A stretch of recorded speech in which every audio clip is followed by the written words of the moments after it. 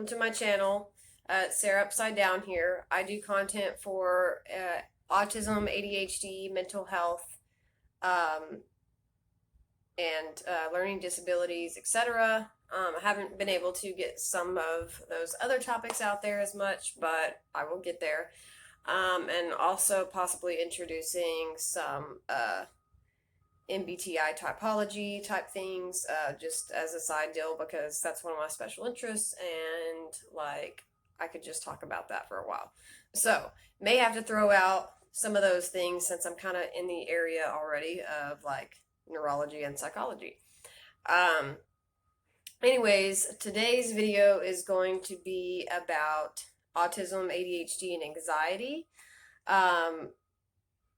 And I'm just going to go ahead and dive into that. I got some of the information that I'm going to talk about today from Adhd magazine. Now, not everything in there is like exact. This is for autism anxiety connections, which I think like a lot of the times, you know, when you have autism and things like that, that you would have a comorbidity of ADHD or anxiety or both.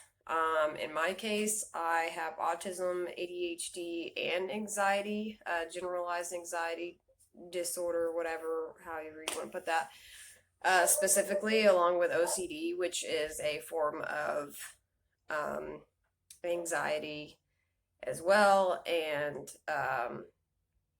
to a point, I have social anxiety, but that's like I would say at the lower end of the list, and that's more of an accumulated anxiety from just not really fitting into like social norms and like social norms and things like that, and just like over time. Yes, my sweater says need more caffeine, and here it is. Thank you, myself.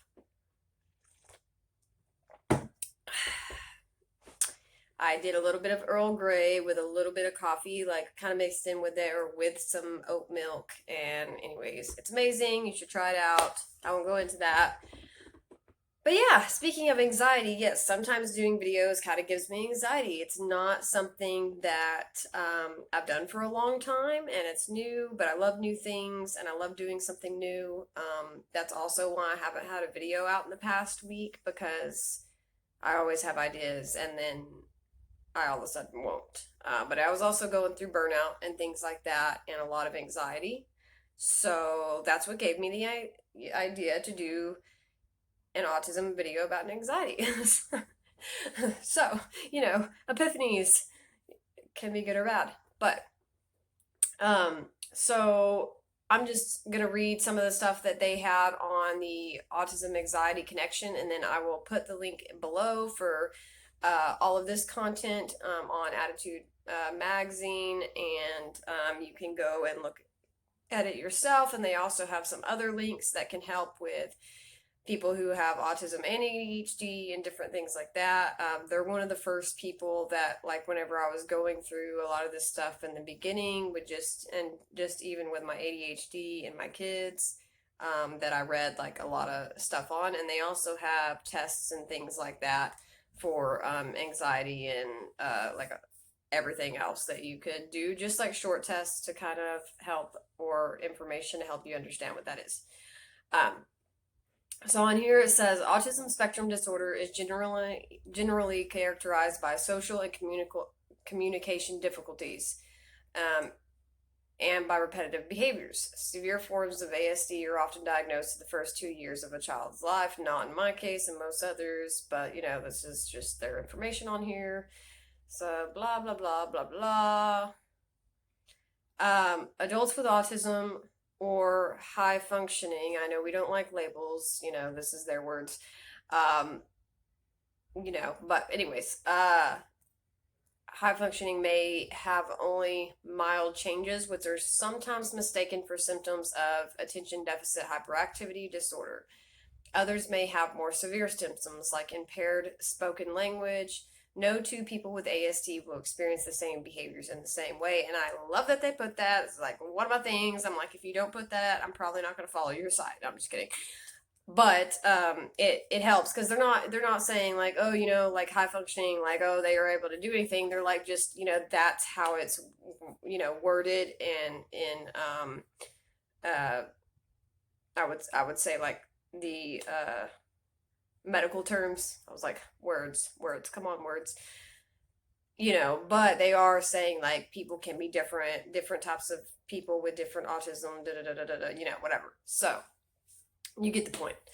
Um, and there is like other people that I've seen that, like, I thought they had ADHD, and like I swore it was, just ADHD, but there's a lot of other things going on there, and I was like, yeah, that's actually probably less likely, because I definitely know for myself, like 100%, what it looks and feels like, and I think my anxiety stems from my ADHD a lot of the times. Um, so, though anxiety is not considered a core feature of autism, generalized anxiety disorder is the most common comorbid condition found in adults with autism. Go figure. It was like one of my first diagnoses, like after ADHD, whenever I was a junior in high school, and then later on it was GAD. So yeah, makes sense. Yeah, so a recent study found that anxiety disorders are diagnosed in more than 20% of adults with autism spectrum disorder, ASD, compared to 8.7% of neurotypical adults. Psychological symptoms of anxiety can include difficulty sleeping, excessive thinking, and difficulty concentrating. Physical symptoms can range from an upset stomach to heart palpitations and dizziness. Now I got like some medical, like health, other stuff that causes that, but I would say the anxiety definitely doesn't help. So I definitely try to minimize that because, yeah. So says recognizing and treating anxiety in individuals with ASD is particularly important since it can greatly impact our core aspects of autism, namely repetitive behaviors and I can't say that today, guys. I can't say it. Social. It's because I don't even know how to social. Okay. Social withdrawal. Anxiety complicates life for people on the autism spectrum, especially when navigating the social world. It can interfere with job placement and independent living. Yes. Um, Untreated comorbid anxiety has been linked to development of depression, aggression, and self-injury in individuals with ASD. Susan G. Gilroy, co-director of Northeast Arc Autism Support Center in Massachusetts, says there are individuals with developmental disabilities with severe anxiety who led very limited lives because they're not getting the help that they need. Better understanding of how to recognize and treat comorbid anxiety disorders has the potential to improve quality of life for adults with autism and anxiety. And I can definitely, I'm going to pause like before I read some more on that because, yeah, a lot of times, like, whenever I've gone somewhere or whatever, like for any type of anxiety type things, like, they didn't really want to look into anything about like the autism or whatever, and so I'm actually like super sensitive to like medications. I can't even take child dosages of most ADHD medications or anything else. That's just a little my personal information, but because I think of having both and just being super sensitive to stuff, and then like having a really messed up gut, the whole shebang, like a lot of things just don't go very well in my system, and they want to treat, the anxiety and this and that, but I'm not really, the autism isn't being looked at. They maybe look at the ADHD, but just because I don't, I guess, present, these stereotypical, like how some of them see autism to be, they just want to treat all this other stuff, which sometimes ends up like being just a combustion, it doesn't actually, prove helpful because I've gone through it a good amount of times. Um, but anyways, that's just me personally, and what I've kind of gone through with that, and trying to get treatment, because I do agree with the depression, aggression, and self-injury stuff. Like a lot of people on the autism spectrum, the suicide rate's really high, and just having high anxiety and a lot of those other things is pretty common in our community. So, um, and me personally, like I do have, um, I have alexithymia, and so I don't really know I'm depressed until I'm at the point where I'm like, irritated, depressed, frustrated, like aggressive, not like violent or anything towards anybody, just, like I just don't, like I get more sensory overloaded quick and stuff like that, because I'm just discombobulated in here. So, and especially experiencing that lately again, like I can tell that like, oh, okay, this is what depression is. I mean, it's, it's not funny, but like I don't even know what that is in order to call that out on like what's going on in there because of like the autism side of things. And not that autism is a negative side of things, but what comes with that is like sometimes alexithymia and identifying emotions and different things like that. So I don't always know until I'm like, trip over air and like hit my face on the ground, and then I'm like, oh man, I think I'm depressed or whatever. I knew the anxiety was definitely a problem and a culprit, but I just a lot of people don't know how to treat some of those things.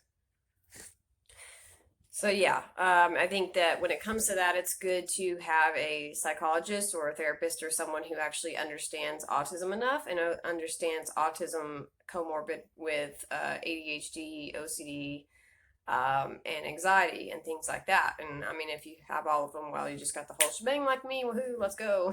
Time to party with anxiety. But yeah, so I'm gonna continue reading here. Hand is in the way. Sorry, guys. Really need a better setup here. Recognizing the presence of anxiety in patients with ASD is challenging because of overlapping symptomology and altered presentations of symptoms. For example, minimally verbal patients may not be able to express their internal states and instead demonstrate anxiety through disruptive behaviors. Other patients might be verbally fluent but struggle to understand and express their own emotions. Alexithymia. We just had this video not long ago. It's connected. It's all connected. I like to connect things. Let's just keep connecting.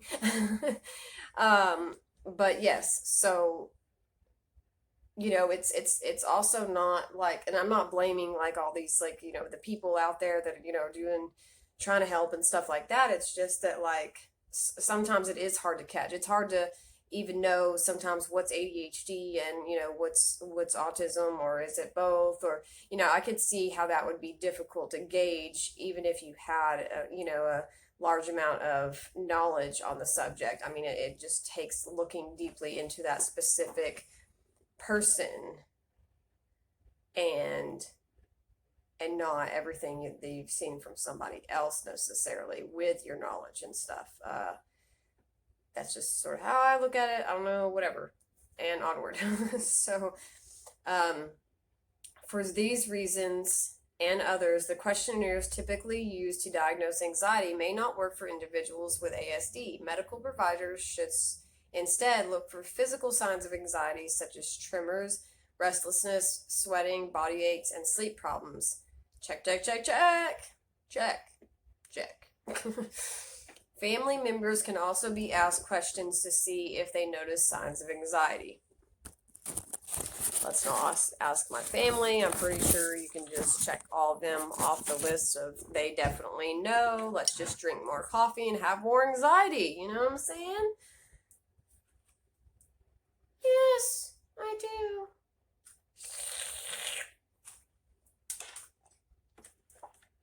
We'll put Sally back up there. She helps me not be so nervous.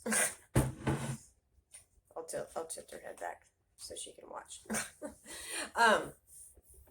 So it says the Anxiety and Depression Associations of America explains how anxiety disorders may present differently depending on the patient and demands from their environment. Um, so another thing is I just went somewhere else. I was like, I need to go into my thoughts real quick. Oh, I'm back. I'm back.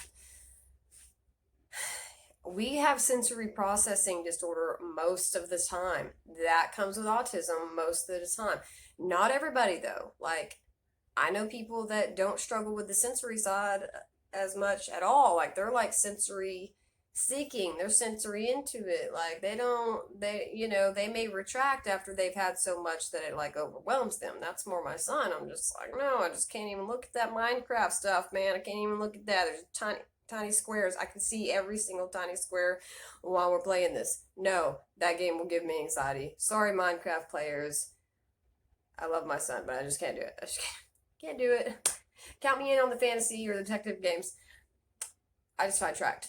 But some people don't have that problem. But for the ones who do, like, that anxiety is probably, I would say, more likely higher because you're getting overstimulated more than someone who doesn't struggle with the sensory more. But then this other person could have social anxiety more than you have sensory, and so they could still kind of balance out. I mean, it's just so many variables in that. And then for me, having ADHD, like inattentive and hyperactive, I would say it's yeah, that causes anxiety in itself. I mean, I can hyper focus really well because of my ADHD. I'll do like a whole separate video about ADHD, but those combinations just lead to a lot of anxiety. Also, other things that could show of someone with ASD, autism, Asperger's, what have you, is having a specific phobia, namely an intense irrational fear of something that poses little or no actual danger, may arise early in the course of ASD because over responsiveness to sensory stimulation. Just was talking about that, such as loud environments. Specific phobias in these patients usually involve highly unusual stimuli, um, balloon popping, vacuum cleaners, toilet flushing, etc., but also may present fears that are typical of developing youth. Yeah, so I just kind of talked about that a little bit. OCD,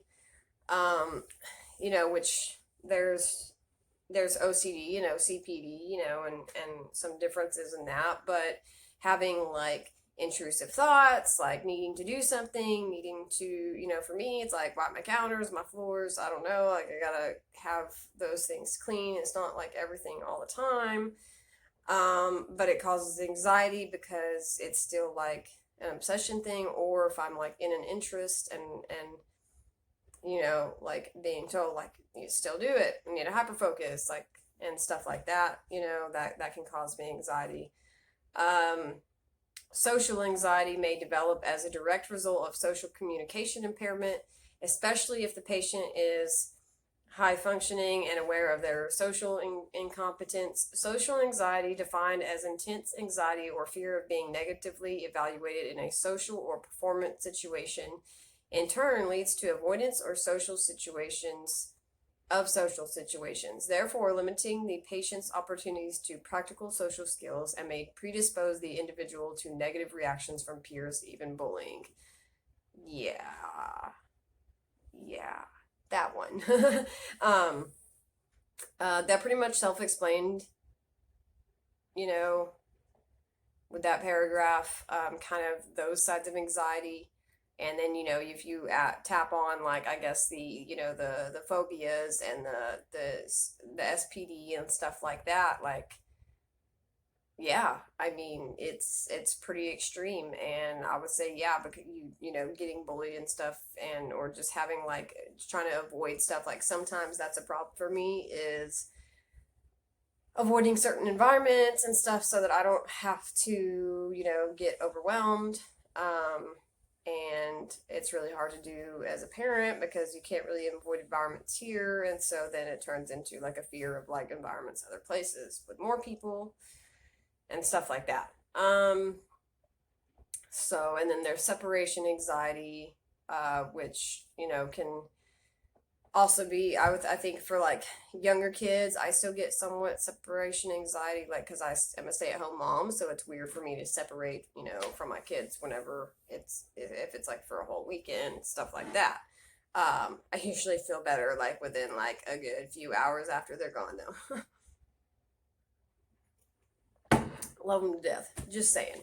um Cognitive behavioral therapy is something that I do, and it's very helpful um, in treating anxiety disorders and OCD in adults and youth with ASD, um, and helps people who can have do have adequate verbal skills. CBT focuses on changing how individuals interpret a situation with the intention of reducing negative feelings and unhealthy responses.